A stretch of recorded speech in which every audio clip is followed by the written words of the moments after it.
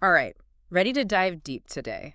We're tackling a topic that I think we all grapple with at some point: loneliness and isolation. Yeah, it's definitely one of those things that's so universal. Absolutely.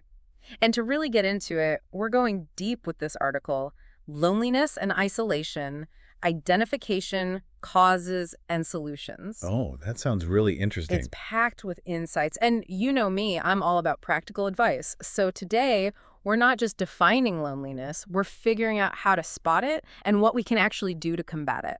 Love that. Yeah, I think a lot of times we hear about these issues, but then it's like, okay, now what? exactly. So let's jump right in. One thing that struck me from the article is that it goes beyond just feeling sad or down. Right. It emphasizes that loneliness has real consequences for our well being and not just mentally. Yeah, that's something that I think gets missed a lot. It can really impact you physically too. Wait, really? Physical consequences? Like, what are we talking about here? Well, the article highlighted increased risks of things like heart problems, a weakened immune system, even faster cognitive decline. Whoa, I had no idea it was that serious. It's almost like our bodies are wired for connection, and when that's missing, we pay a price. That's a scary thought. It makes you realize this is not just some fleeting feeling, it's something we need to take seriously. Totally. Okay, so this is all pretty heavy stuff, but what if you don't even realize you're lonely? I mean, is it always that obvious? That's a great question because loneliness isn't just about being physically alone. It's about that feeling of disconnection, the lack of meaningful relationships. You could be surrounded by people and still feel isolated. So, how do we spot it then? What are the signs, both in ourselves and maybe even the people we care about? Well, the article breaks it down into a few categories, which I found really helpful. Okay, I like categories. Lay it on me. So, on the emotional side, it's not just sadness, it's that feeling of emptiness, worthlessness, like you don't belong anywhere. Yeah, that resonates. I think sometimes we just brush those feelings off as a bad day. Exactly. But they could be pointing to something deeper. And physically, it can show up as fatigue, sleep disturbances, your body's under stress. Ah, that makes sense. When I'm stressed, I definitely don't sleep well. Right. And then, of course, there's the social aspect, Mm-hmm. withdrawing from interactions, avoiding starting conversations, just a general resistance to connecting, even if you want to. Oh, I know that feeling. Even just texting people back can feel exhausting sometimes. Absolutely. And then the article mentions losing interest in things you used to love could be a sign too. It's like that spark of joy is just gone. Wow, I never connected that to loneliness. And then there's a big one. This is where it gets really tough. Believing you're unworthy of connection, like you're not good enough for close relationships. Oh, that's heartbreaking. It's like a self-fulfilling prophecy, isn't it? It is. You feel unworthy, so you isolate, which only makes you feel more unworthy. Ugh, that's a vicious cycle. So we've got a good handle now on what loneliness looks like. But the big question is, why are so many people experiencing this? Right. The article seems to have a pretty organized way of looking at the causes, right? It does. And I think this is where it gets really interesting. Instead of just saying, oh, modern life is lonely, it breaks it down into individual, societal, and life transition causes. Okay, that makes sense. Breaking it down like that can help us figure out where to focus our energy, right? Exactly. So let's unpack those, starting with individual factors. What's going on at that personal level? Let's do it. Well, low self-esteem, which we've already talked about, is huge. Hmm. Then there's introversion. Now, it's important to clarify that being an introvert isn't the problem. Yeah, I was going to say, there's nothing wrong with being an introvert. Exactly. It's about how you recharge your energy. But if you're not careful, that preference for solitude can become unintentional isolation. So true. Sometimes I have to really push myself to be social, even though I love my alone time. And the article also mentions health challenges. Anything that limits your social opportunities, whether it's chronic illness, disability, even just temporary setbacks. It's a good reminder to check in on people who might be dealing with those kinds of limitations. Absolutely. Okay, so we've covered some individual stuff. Now, let's zoom out a bit. What are the societal factors driving this loneliness epidemic? Okay, get ready for this one. It's both fascinating and a little scary. Hit me with it. Our digital dependence. It's a double-edged sword, right? On one hand, it allows us to stay connected with people far away, which is amazing. Huh. But on the other hand, we all know we can spend way too much time scrolling, which probably isn't doing our sense of connection any favors. Right. It's like we're more connected than ever, but also more isolated. Exactly. The article argues that while technology can be a tool for connection, it often replaces those deeper face-to-face interactions that are crucial for our well-being. And it also highlights the irony of urbanization. Wait, urbanization, you mean more people living in cities? Yes, more people crammed together, yet more feelings of isolation. It's like we're losing the ability to connect meaningfully in all the noise and chaos, Wow, that's such a paradox. isn't it? And then there's the stigma surrounding loneliness. Yeah. It's like we're ashamed to admit we're struggling, so we suffer in silence, which only makes the problem worse. Oh, totally. It's like the secret shame no one wants to talk about. Exactly. And it prevents people from seeking help. Okay, so we've talked about individual and societal factors. What about those life transition causes? Those are things we all go through at some point. They are. And they can be really tough. The article points out that any major life change, like moving, a new job, even retirement, can disrupt your social networks. Oh, yeah, for sure. When I moved for this job, I was so excited, but those first few months were really lonely. Right. And loss, of course, is a big one. Death of a loved one, the end of a relationship. Those experiences often bring grief and isolation. And the article also highlighted the challenges faced by older adults: reduced mobility, health issues, loss of peers. That's so important to remember. We need to make sure our elderly loved ones are feeling supported. Absolutely. Okay, so we've covered a lot of ground here. Identifying loneliness, understanding its root causes. Now you know what's coming next, right? We can't just leave it there. Oh, I'm way ahead of you. It's time to talk about solutions. What can we actually do about all of this? And luckily, the article doesn't just leave us with a bunch of doom and gloom. That's a relief. So there's hope. There is. It offers a really comprehensive action plan, and I think it's important to emphasize that it's not one size fits all. Right. We're all different, so what works for one person might not work for another. Exactly. Hmm. We're going to explore all sorts of different strategies, and you'll have to figure out what resonates with you. I love that approach. It's all about finding what works for you. Right. Okay, well, I'm ready to hear about this action plan. What have you got? All right, welcome back to our deep dive. Ready to get practical. Oh, absolutely. Part one was definitely eye-opening, but I'm ready to shift gears and talk about what we can actually do about loneliness. Me too. And the article doesn't disappoint.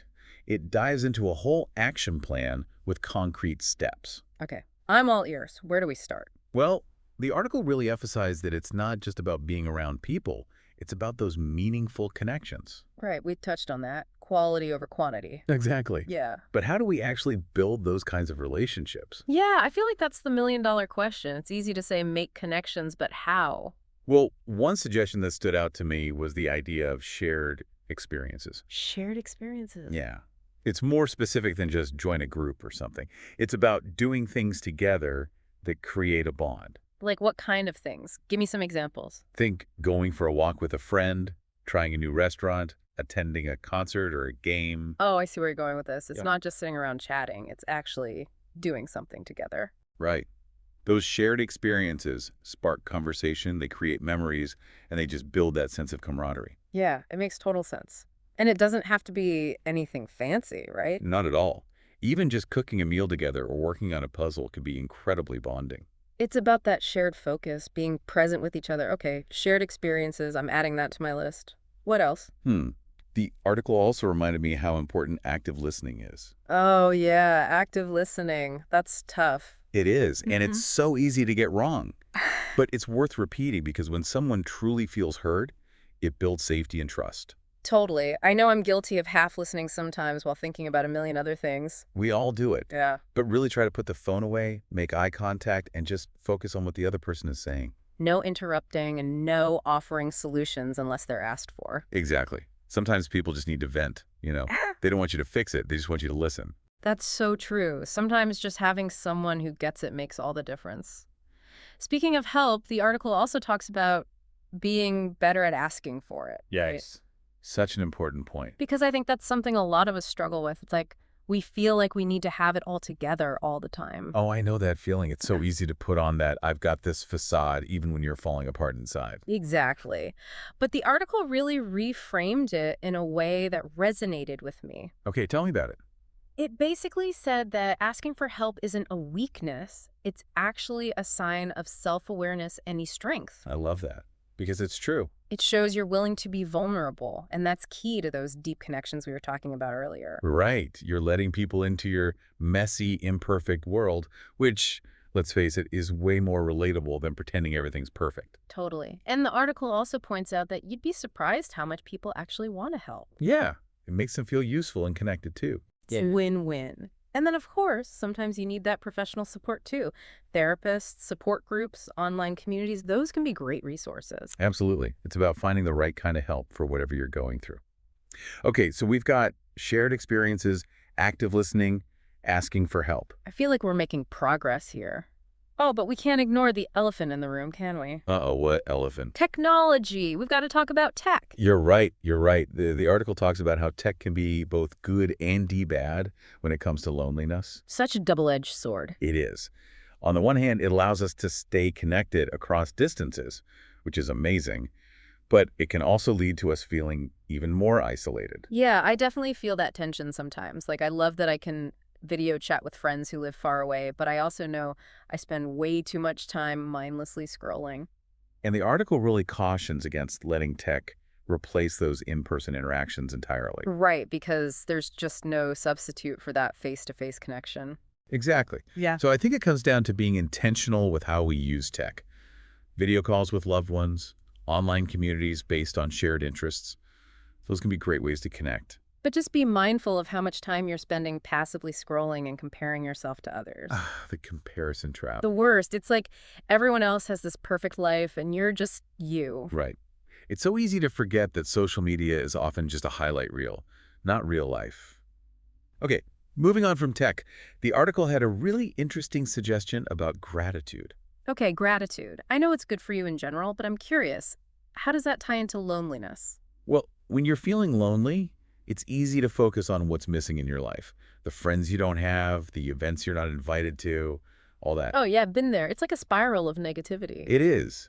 But gratitude helps shift that focus to what you do have. So it's like a mental reset button, reminding you that even when you're feeling lonely, there are still good things in your life. Exactly. And when you feel grateful, you feel more connected to the world around you, which can help ease that sense of isolation. I love that. And the article even suggests taking it a step further. Oh, yeah? Yeah, expressing that gratitude to others. Write a thank you note, send a thoughtful text, just tell someone you appreciate them. Such a good idea. It's a double whammy. You feel good, they feel good, everyone wins. I love that. Spreading the good vibes. Okay, what else? This one might sound counterintuitive. I love counterintuitive advice. Hit me. The article suggests embracing solitude. Embrace solitude. But I thought we were trying to combat loneliness. I know, it seems like a contradiction, right? But hear me out. Okay, I'm listening. Loneliness is that negative feeling of isolation.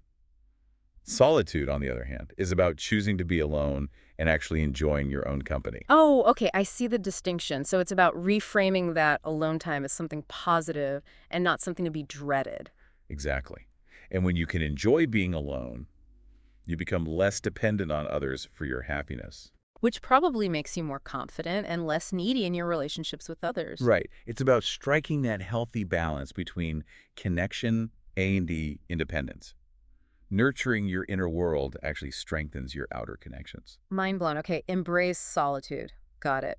What else? I feel like this article is a goldmine of advice. It is. Oh, this one's great. The article also talks about the importance of engaging in activities that bring you joy and a sense of purpose. Okay, hold on. Isn't that just a fancy way of saying do stuff you like? Well, yeah, kind of.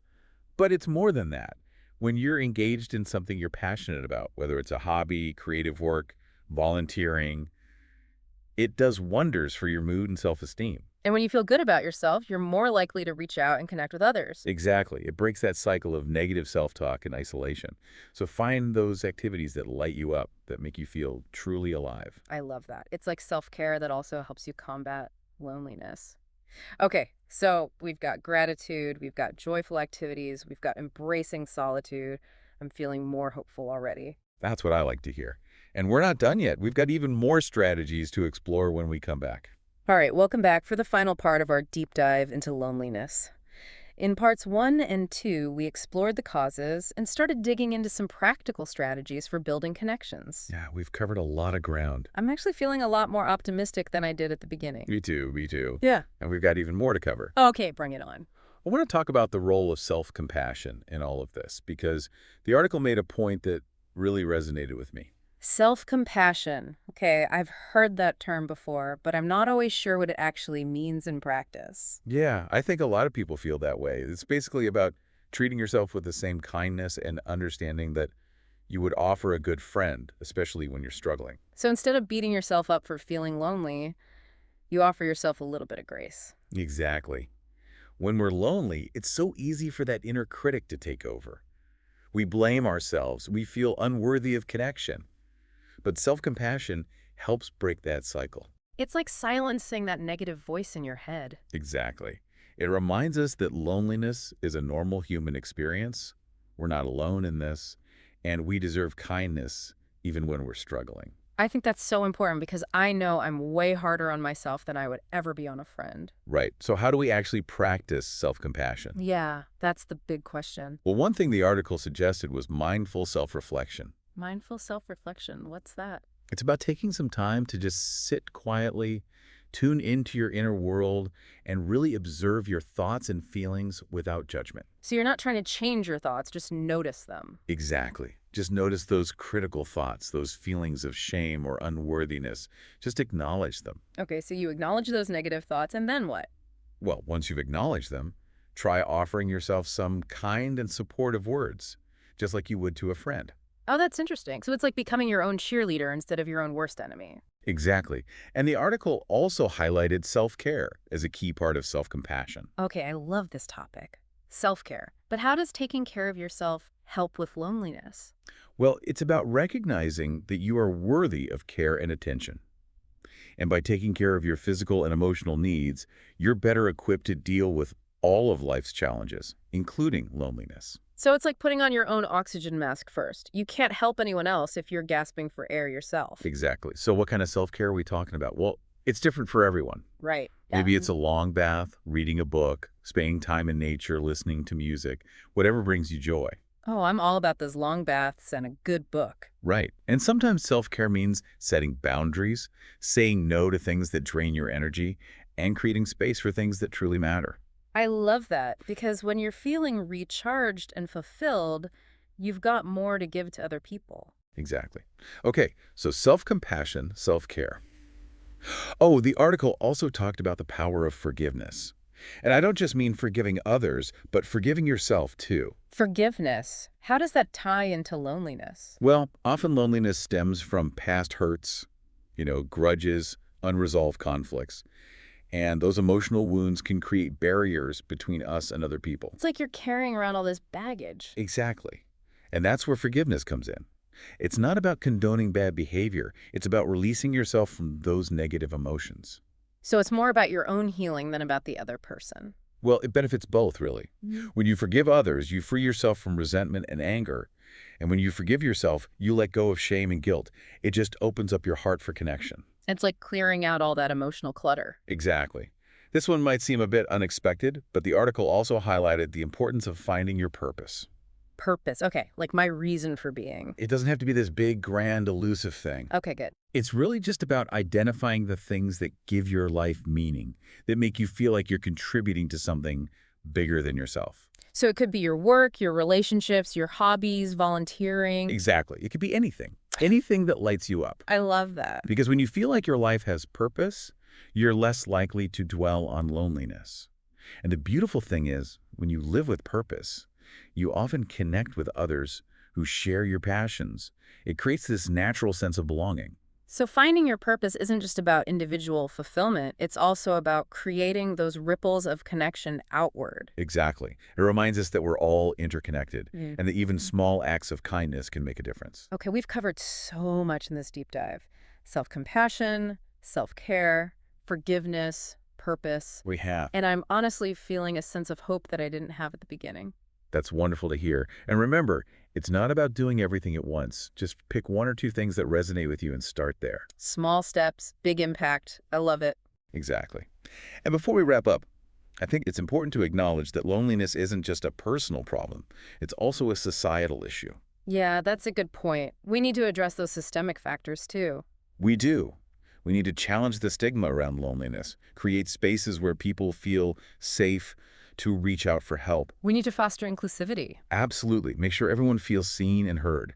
It's about changing our mindset as individuals and working together to create a more connected world. I love that. We are all in this together. Loneliness doesn't have to be the defining story of our lives. It really doesn't. We have the power to choose connection. We have the power to create belonging. And that's a message I think we all need to hear. Thank you for joining us on this deep dive. Until next time, stay curious, stay connected, and take care of yourselves and each other.